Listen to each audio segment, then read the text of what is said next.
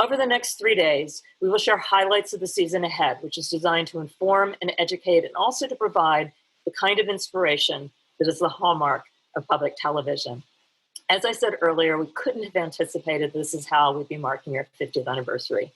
But I cannot imagine a more meaningful way to celebrate our legacy than to be in deep service to our country, helping children discover possibilities and reach their great potential, serving as a connector and trusted source of information, and sparking important conversations about the path forward, and serving as a beacon of light and hope during good times and challenging times such as these. As we reflect on PBS's past and prepare for the future, we thought it fitting to kick off this press tour with a conversation about our 50th anniversary, which officially falls on Sunday, October 4th, 50 years to the day that Julia Child's The French Chef first broadcast to homes across the country. For this first panel, I'm joined by three people who have helped to define public broadcasting, and I am privileged to call them my friends. Judy Woodruff, Dr. Henry Louis Gates Jr., and Ken Burns, who I should note is celebrating a birthday tomorrow. Before we open it up for questions, I'd like to ask Judy, Skip, and Ken to say a few words about PBS's 50th and how you view our work in today's landscape. And I'd like to begin with Judy. Judy? Hi, everybody. And Paula, thank you so much for inviting me to be a part of this, with Ken and with Skip. I'm thrilled to be here to celebrate PBS at 50. Besides, there's not much going on in the news these days. It was really easy to get away. The truth is that news and public affairs have been at the heart of PBS from its very beginning. It was just 3 years after PBS was founded that the Watergate story broke. It was 1973. PBS asked Robert McNeil and Jim Lehrer to be the anchors and commentators for 7 months with day after day, night after night, gavel to gavel coverage. They walked the country through that tumultuous time of hearings. It was a political earthquake, but Robin and Jim covered it with calm, with seriousness. They helped the public understand the gravity of it. They set the tone for responsible news coverage, and they helped put PBS on the map, establishing PBS as a source of education, of fairness, of accuracy, and in-depth. 2 years later, Jim and his co-conspirator Robin went on to start a nightly news program, which they expanded to an hour in 1983. And that's when I became part of the PBS family. I had been at NBC for several years. I'd been a White House correspondent with the Today Show. They'd even offered me a role as a floor reporter at the conventions. It was my dream assignment. But when I heard that the McNeil-Lehrer report was looking for a Washington correspondent, I was intrigued.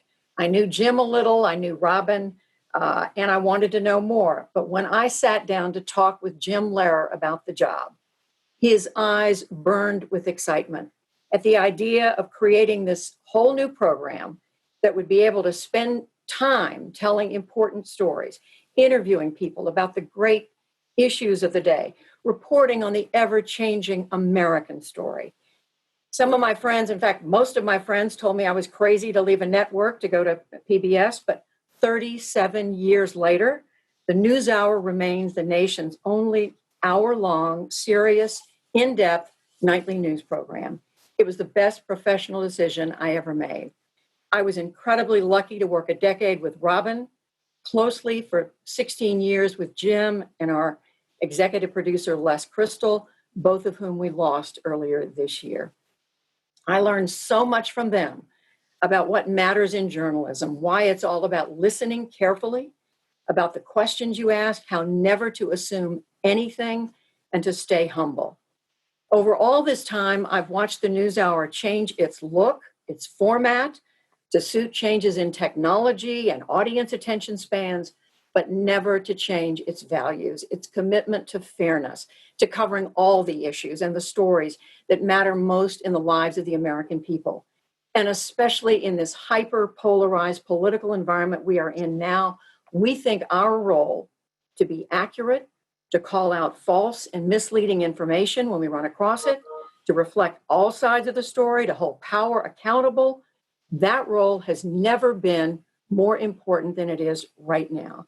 And I have never been prouder to be at PBS and at the NewsHour with our amazing team of reporters, correspondents, on air and off air than I am today. And especially during this 2-earthquake year that we're living through, the pandemic, and of course, the move for racial justice after the death of George Floyd. We've gone after each one of these stories with every bit of energy we could, and PBS under Paula has backed us at every turn. They've given us the flexibility in our daily coverage and with primetime specials on each one, so we could respond immediately to answering the questions on the minds of the American people. How bad is it?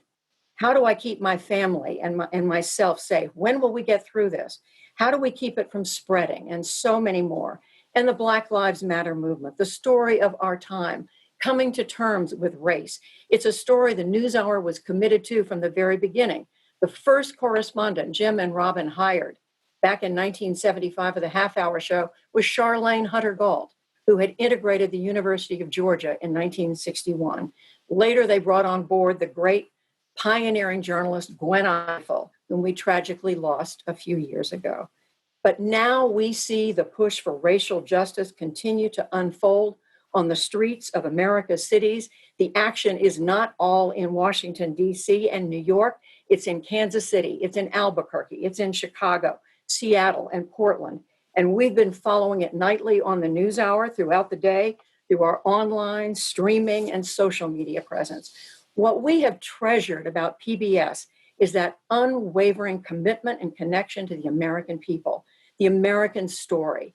It is no accident that we feel personally connected to all 330 public member stations around the country. I hear regularly from station managers, from big cities, from smaller ones.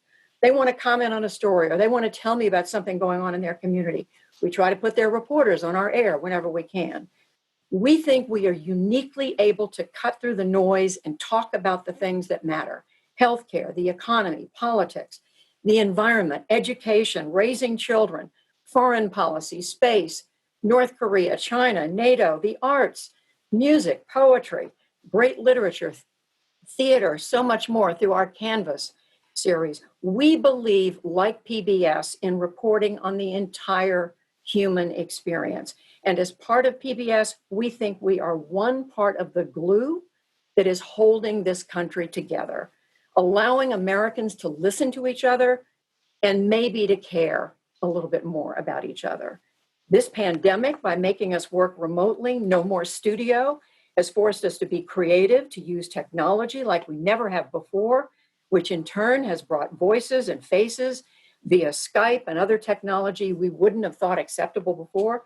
It's allowed us to reach into communities, into hospitals, businesses, and homes in ways we never would have been able to afford to do before. So that's what we are doing. And it's been a journey. It continues to be a journey. It's one we're committed to. In the larger picture, I am so proud to work alongside remarkable people like Henry Louis Gates and Ken Burns. Ken, the greatest storyteller of them all. I treasure your work, Ken, on the Civil War, on Vietnam, on cancer, baseball, country music. The list goes on. No documentarian comes close to the breadth and the power of Ken's work. And then there is the incomparable, prolific, brilliant Henry Louis Gates, who has taught us all to go back to our roots, to be curious about where we came from. Truly, he has helped to lay the groundwork for what is happening in our country today. As we re-examine the meaning of race, the meaning of place, how we need to look honestly at our history, and how we ended up where we are. And with that, I give you Dr. Henry Louis Gates. Skip. Thanks so much, Judy. That was beautiful. All I could say, I felt like I was in church. I wanted to jump up and say amen. It's such an honor to be with you here today with Paula and with you and Ken, two of my heroes and role models for thoughtful, nuanced reporting and utterly riveting storytelling. I want to start with a story. I moved to Cambridge, Massachusetts to join the faculty at Harvard in 1991. The first thing I did was make a pilgrimage to Blackside, the studio of Henry Hampton, of course, the greatest African-American documentary filmmaker in history, and whose classic series, Eyes on the Prize, has been very much on my mind, and Paula mentioned it as well. And I know many people throughout this country have been thinking about Henry and Eyes on the Prize as we mourn the passing of Congressman John Lewis, the closest thing to a saint I think I ever met. Now, after spending a day with Henry at his studio, Blackside, in Boston South End, I realized halfway through that my fantasy was to make documentary films. And so I told Henry, I just come back from graduate school in England, where they have a lot of hosts or presenters for documentary films. And we tend not to do that so much in this country. So I said, hey, Henry, you know, in England, they have people like me standing in front of the camera narrating documentaries. And I waited, thinking that he'd get the hint. And after a while, he looked at me and he said, yeah, brother, that's in England. So I knew that I'd struck out. But miraculously, hope against hope, 3 years later, I made my first documentary series for PBS. And that was the birth of what's become my second career 26 years ago. Only public television starts and sustains full-rounded, deep dive, solidly academic conversations about the American story, ever expanding it and finding ways to connect us both to the invisible and to the untold. Who else, what other network would let someone make a 4-hour series about a 12-year period called Reconstruction following the American Civil War? Like many of you, I've been inspired by how PBS quickly responded to the bruising events of this past spring, following the horrific murder of George Floyd and the rise of the Black Lives Matter protests across the country, as well as PBS's response to the recent passing of both the Reverend C.T. Vivian and Congressman John Lewis. I'm especially impressed by PBS' commitment to free speech, to presenting all sides of an argument, and not succumbing to political correctness, while challenging injustice everywhere it manifests itself, and fighting for social, economic, and racial equity. I'm excited to share our new work with audiences in the coming year as a way of helping us find what we as Americans, what we as human beings have in common with each other, despite our apparent differences, through Finding Your Roots, which blessedly is in season 7, where we display what we lovingly call your ancestral immortality, while resurrecting America's complex racial and ethnic history through our DNA and through the wildly fascinating and inspiring stories that we find buried on the branches of so many people's family trees. And with our new 4-hour series on the history of the Black church, this is our story, this is our song, bringing a story of grace and resilience, struggle and redemption, hope and healing to viewers at a time when it's no secret that we desperately need it, given all that we've lost and all that we've endured in this crazy year, 2020. It's my great honor and pleasure to be part of the PBS family under the brilliant leadership of my friend Paula Kerger. And now I'm pleased to cede the microphone to my hero as a documentary filmmaker, my brother from another mother, Ken Burns. Hey, Brother Skip, thank you very much. Thank you. I don't know if I can offer any punditry today. I'm just so blessed to be a member of this extraordinary family since the late 1970s, almost from the beginning. You know, I remember the first film that I made for PBS was called Brooklyn Bridge. And as a young, very wet behind my ears filmmaker, I had seen many editions of Arthur Miller's A View from the Bridge with a picture of the Brooklyn Bridge on it. And I, after years, months of persuasion, I convinced him to grant me an interview. And I did the thing that you should not do, is I didn't do my homework. I finally, on the way up to his Connecticut farm, picked up a copy of A View from the Bridge and found, to my absolute horror and terror, that there's not one mention of the Brooklyn Bridge in it. And when I arrived at his Connecticut farm, this huge man, 6'4", leaned out and he said, "You know, I don't know a GD thing about the Brooklyn Bridge." And I just thought, oh, kill me now. Now, usually we would set up in the living room or a library for 2 hours and ask the right questions. He said, "Come on." And we went to the back of his house. I found an apple crate to get up to his size, but not his stature. I don't remember what the question was. It's the only interview we've ever had where we used 100%. And he said to me, he said, "Look, you see, the city is fundamentally a practical utilitarian invention. And suddenly you see this steel poetry sticking there. It's a shock. I mean, it does what it's supposed to do. It carries its weights. I mean, he could have built another Manhattan Bridge, but he didn't. He really aspired to do something gorgeous. So it makes you think that maybe you too could add something that would last and be beautiful." So that's the entire interview. I put that statement at the very end of my first film for PBS called Brooklyn Bridge. It was in a way a kind of declaration of my principles, like the young idealistic Charles Foster Kane who nails it up in Citizen Kane, in Orson Welles' classic movie. But it also speaks to the institution whose birthday we celebrate, PBS. It's the only place where any of my films could have been made, could have been produced, could have been broadcast. The only place. I mean, there is no other spot that would permit 10 and a half years to be spent making a film about the Vietnam War, or 10 years about the national parks. There's just no place. And I am so blessed and so grateful to be counted a member of this family and to be able to work with such extraordinary colleagues, alongside such extraordinary colleagues as Skip and as Judy. PBS is in the unum business, and I like to, feel that I am in that business too. That's why I think this system, this service works for me. That's the unum business. That may seem obvious to some. It may even seem pedestrian, but it's not. It's in fact the opposite of both of those things. The facts and the intimacies and the power of us, both the US and the lowercase plural pronoun us. All that means, the intimacy of us and the majesty and the complexity and the contradiction of the US.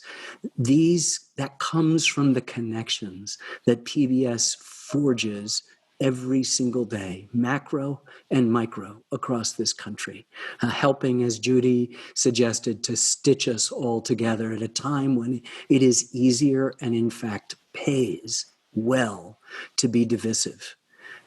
To accentuate the problems. We have not turned our glare from reporting what's going on. I can't imagine, out of the 35 plus films I've made, that there are enough to count on the fingers of one hand that don't deal with race in some way.